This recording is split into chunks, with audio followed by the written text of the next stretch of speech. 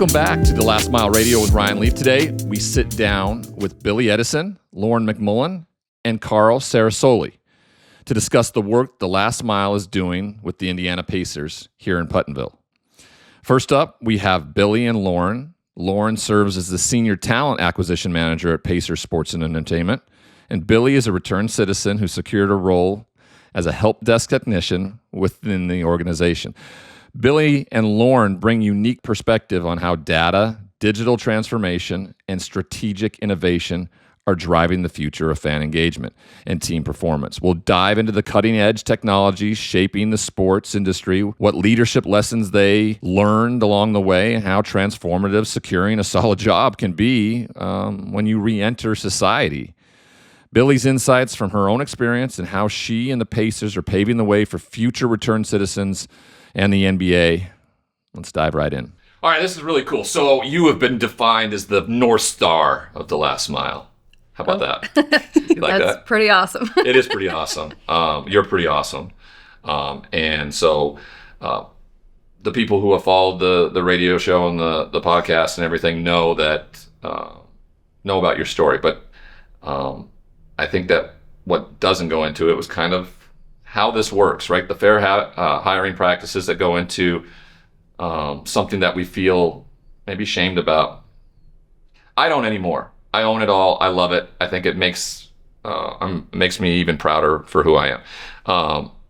But businesses exist, and it's about making money, and it's about a lot of times, especially in the form of the National Basketball Association, it's marketing. I mean, these are events. These are shows that get put on every night. Lauren McMullen,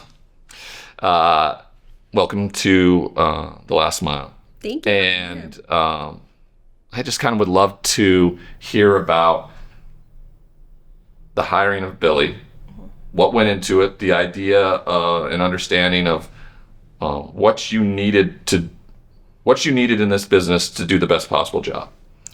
Absolutely. So we were first introduced to The Last Mile through one of our owners, Steve Simon. He's been involved with the program for a long time. And last summer, we had a number of new positions. We've been growing as an organization.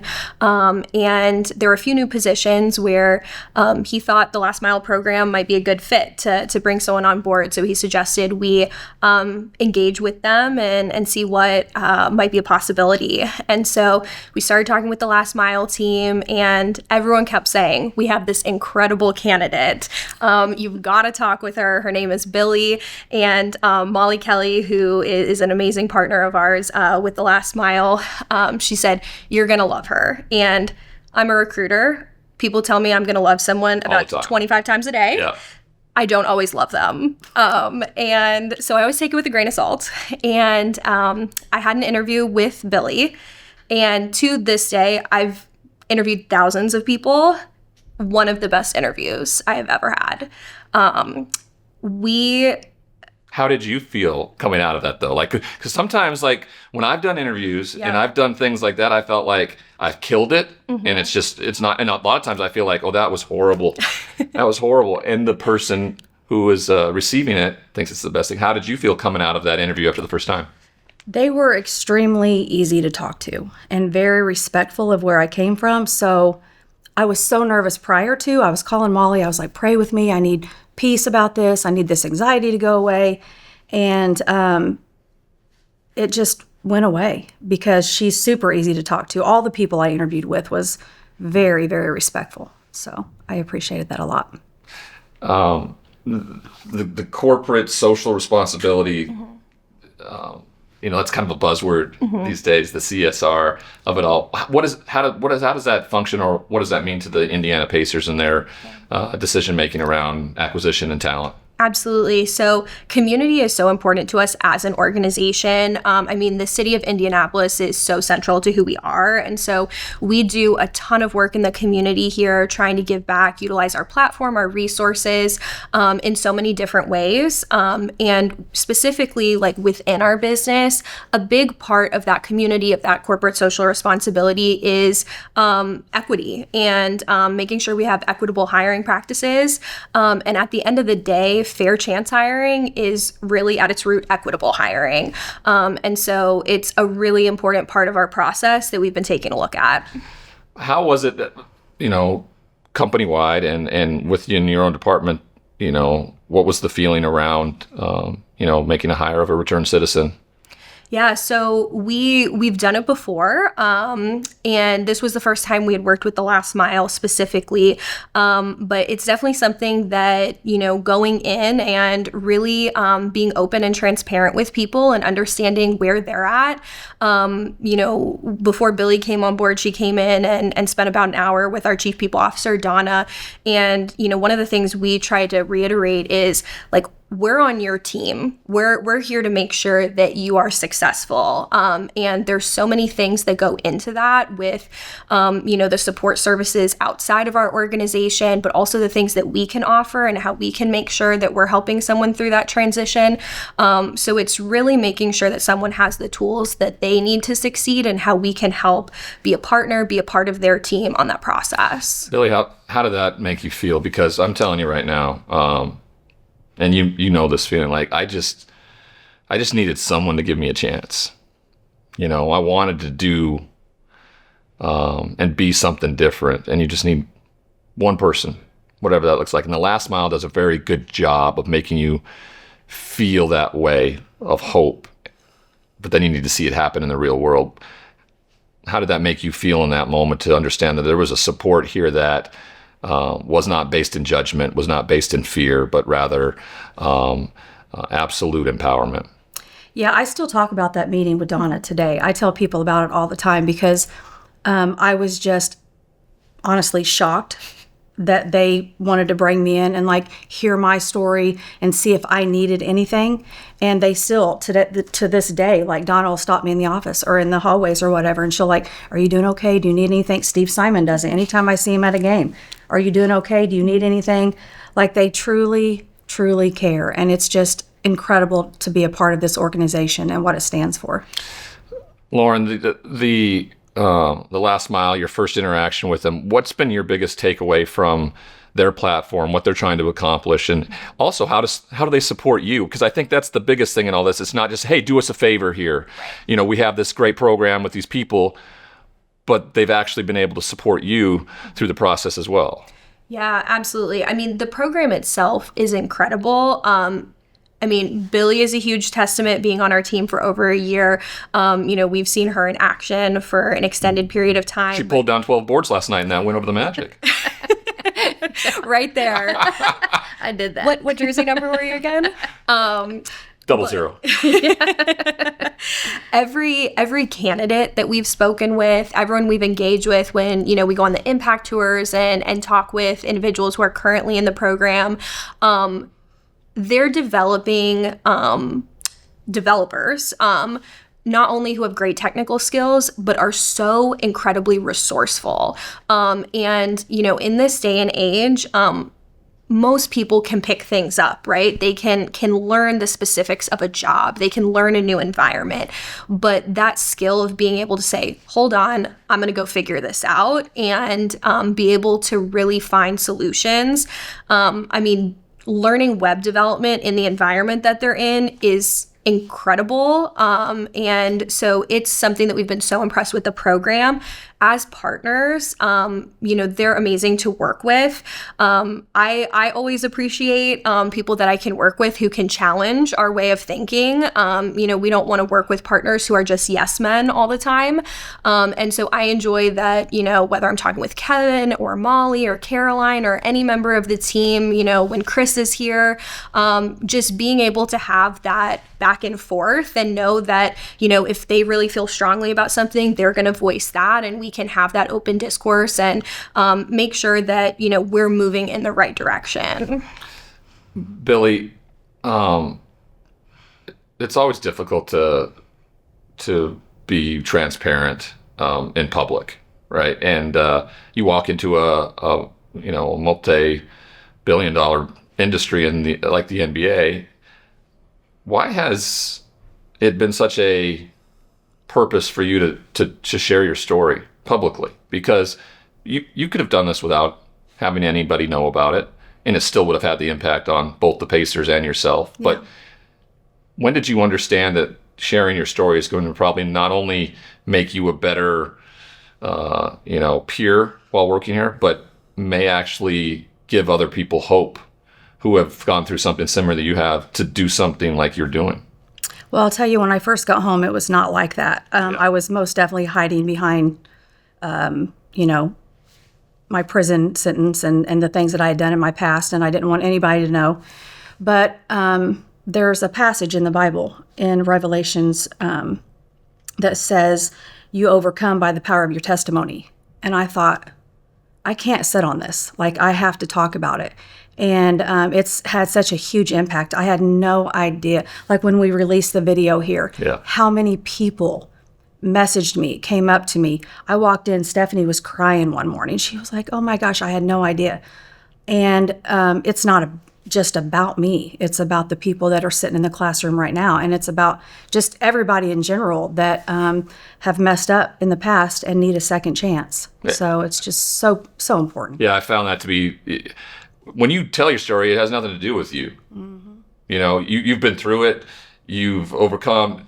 But when you tell your story, it's about the person that's listening. And when same thing happened, I went back into the classroom where I was incarcerated in Montana, and I had some interviewers ask me, like, how are you going to feel, this?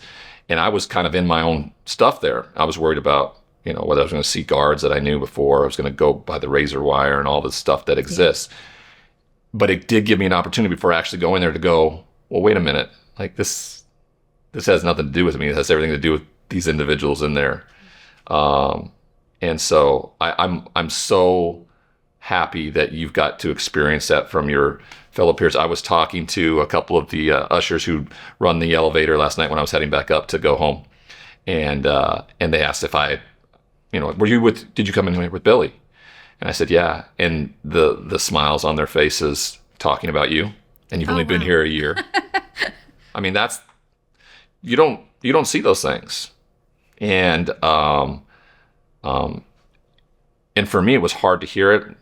Like Kevin was telling the group yesterday about like things I do behind the scenes that no one else sees, but he talked about it, and I was like, oh, this is embarrassing for me, But it's the truth, and so that's powerful. And then A to the point, that's A of it. The B of the point is that I don't care what people say, whether it's not you're doing a service. It's also courageous just because of stigma. Stigma is the last hurdle we're going to have to overcome in anything. People will look at someone that has any sort of, has been impacted by justice in any shape or form, and for whatever reason, there's a stigma that exists with it. What have been maybe some of the struggles or things that you've had to overcome to make sure that you are shining a light on it, eliminating the stigma? And I do think, a good way to do that is for somebody like Billie to show up and do the work that she's done over a year, and that really shines a light on that stigma is a bunch of BS. Yeah, absolutely. And that was something where, Billie mentioned like the impact that when that documentary came out, how people really responded and were so supportive of her sharing her story. We had people who reached out to our team. As I mentioned, we have hired people who have been justice involved, and no one had really come out and shared that with their teammates, their supervisors. It was something that we knew as a part of our hiring process, but not something we would go out and share, obviously. And some people reached out to our team and said, seeing that and having someone so bravely share their story and come out and say, this is what I've been through and this is how I've grown from it. It really had an impact on how they viewed that, because some people felt, I might be the only person in this company who's gone through this, because people weren't talking about it.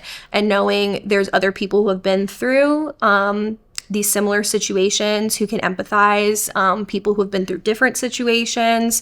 It just, I think, really added to the conversation and the sense of community here to know that people are comfortable coming out and telling those stories. Yeah, you don't feel alone. Mm-hmm. A lot of times you feel like you're just this unique unicorn that like no one could understand what I'm going through, and it just to have fellowship and in a community like the NBA, like especially in Indiana. I've been to a bunch of Pacers games over the years, and it always is so representative of kind of like the middle of downtown community coming together, the beautiful brick outside the field house, and how everybody kind of just comes in and goes down, to this basketball arena, and it kind of feels like that. So everybody feels like they're a part of something and never alone. That's a huge facet in all this. Last question for you. How is this, do you feel, going to impact, the future hiring process, whatever that may look like too? I mean, is this advanced at giving you more ability to be more diverse in what you do and find the best possible talent you can to build this organization to the best possible way it can be? Absolutely. We definitely want to make sure, we're hiring equitably and really taking those fair chance hiring principles to heart, making sure they're a part of our entire process. When we look at our business and, being here in Indiana and being a in-person company, it limits our talent pool. And if we are discounting people who, have been justice involved, I mean, just from a business sense, that's really limiting us, especially when there's so many people who, have a history, but they've grown from it. They've developed skills, and they really just need that person to give them a chance because they have all of the skills and ability to come in and be a fantastic member of our team. And so making sure that, we are continuing to grow what we're doing from, a fair chance hiring perspective, continuing to work with the last mile, and making sure that from a culture and community standpoint within our organization, we are making sure that inclusion and being able to share stories of people who feel comfortable sharing them, but making sure we have resources and services and that support and being a part of people's team to make sure that they're successful, when they come home and are a part of our PS&E team. I'm going to pass you along my resume when we're done here. I am a 6'7", 220-pound small forward shooting guard. I don't know if you make those decisions either. I do not, but I can connect you with someone. You can connect me with something like that? All right. I just need a 10-day contract. I don't need anything more than that. I just need to dress for one game, like do the tip-off. I'll give a cool pass or hit a three, and then we'll retire. Well, if you'd been here a month ago, we had open tryouts for the Mad Ants, yes, so missed your calling. Yeah.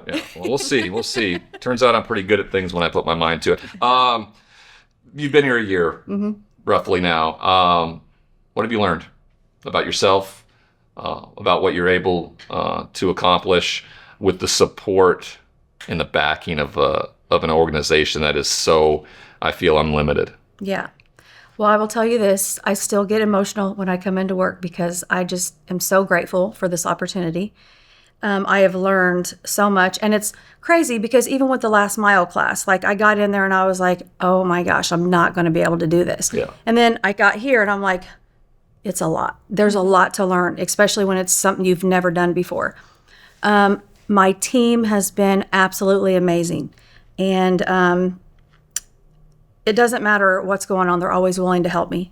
And I never say no to learning anything. I just jump in and I absolutely love it. I love being surrounded by smart people. It's incredible. And like I said, I have learned so much. And every day I learn something new every single day. And I'm working on some, the CompTIA A+ right now. So digging deep into technology. So study guides like this. Yeah.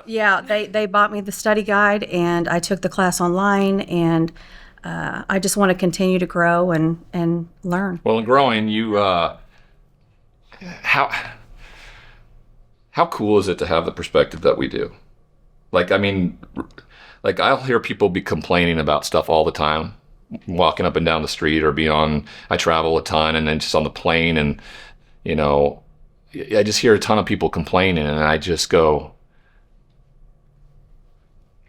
we're blessed because of the perspective we have. We're like, everything that we went through has given us the ability to be grateful about every single thing. Like, my wife is so sick and tired of me every night crawling into bed going, I love this bed, I love my bed. Yeah. And she's like, I get it, you love your bed, but she doesn't have the perspective of having slept on a concrete slab for 3 years. Speak to that. Just speak to the ability to have the gratitude you have because of the perspective. Do you know how much I appreciate the toilet paper out here? Yeah. It's like, I'm like everything. It's like, I'm just.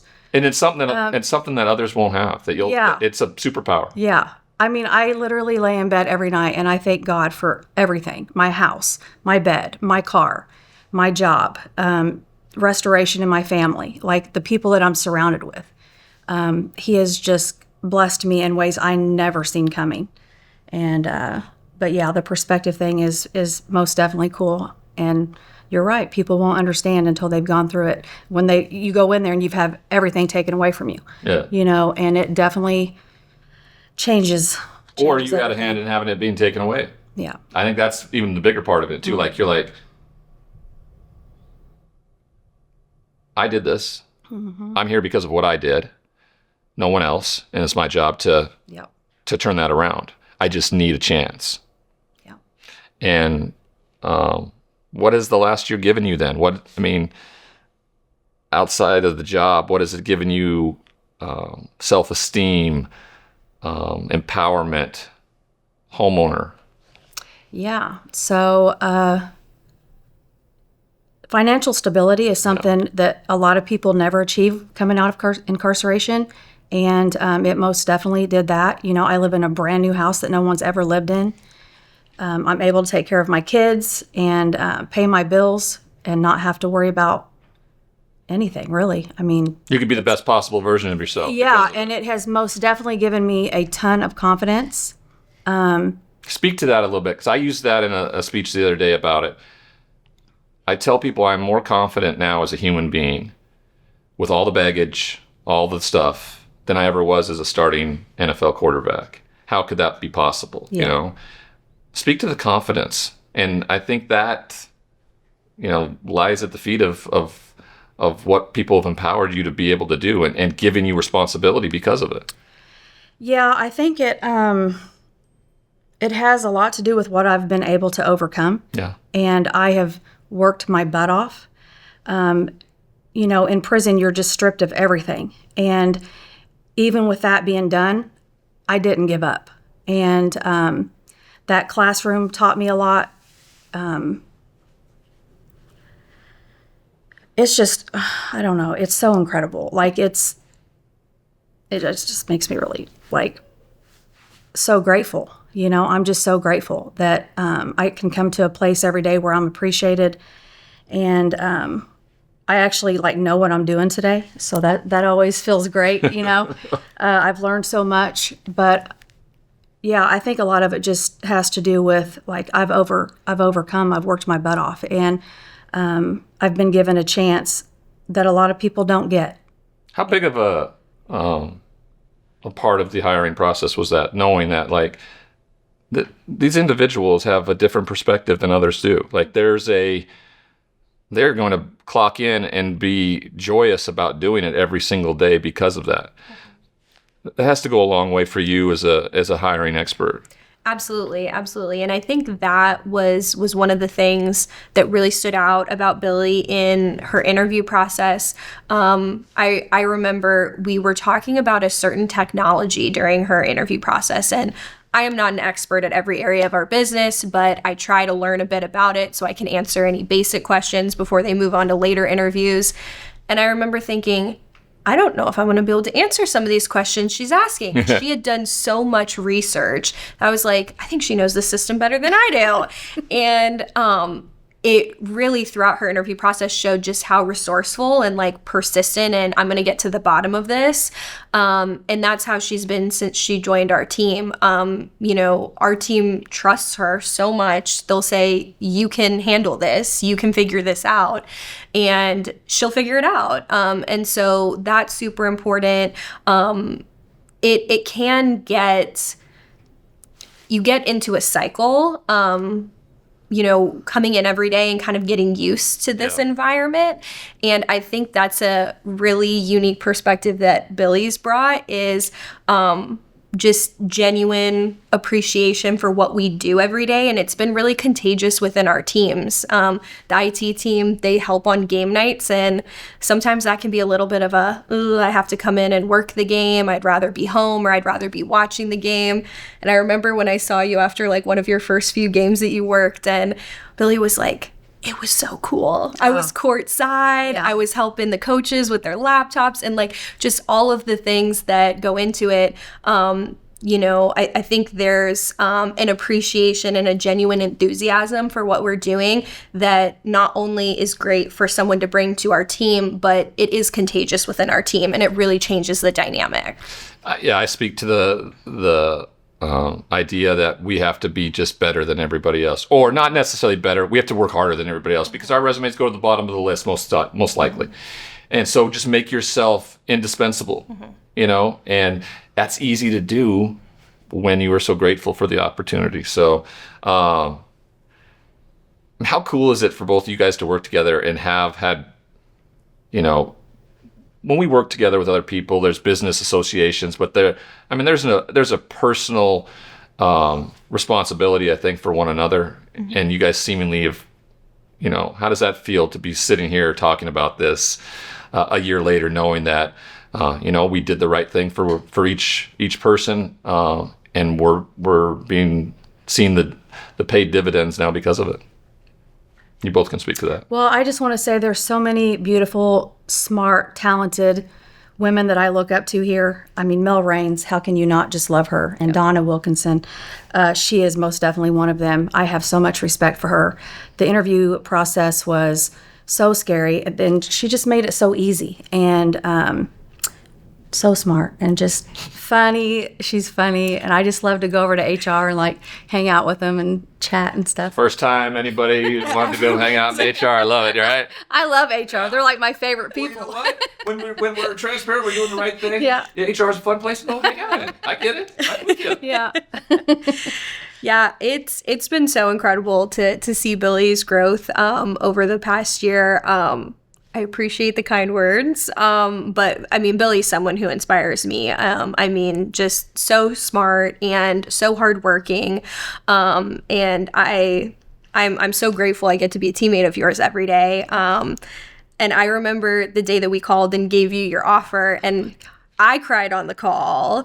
And we bring people in, and our hope is always that they're going to be successful. Yeah. And we want to make sure, we give people the tools to succeed regardless of their background coming in. And a lot of times that happens, sometimes it doesn't. And to be able to look back a year from now and see Billie's growth and what an important part of the team she is, it's you look back on that day that we gave her the offer, and that's such a special memory. But to be sitting here today and look back on the past year and know what we know now, it's even more special. Even more special because you did not only did you feel like you were doing a good thing, ended up being the best choice you could have made in the hiring process. Both of you are inspirational for doing what you do in a real physical and marketable and huge business with NBA basketball, and the fact that Mr. Simon has really been such a support. I think you lead from the top down, and if someone who has the ability to own a franchise like this believes in something, you guys continue with that too. So thank you both for joining us. We appreciate it, and we can't wait to be back a year from now to see where we're at. Yeah. Thank you. Thank you. Thank you.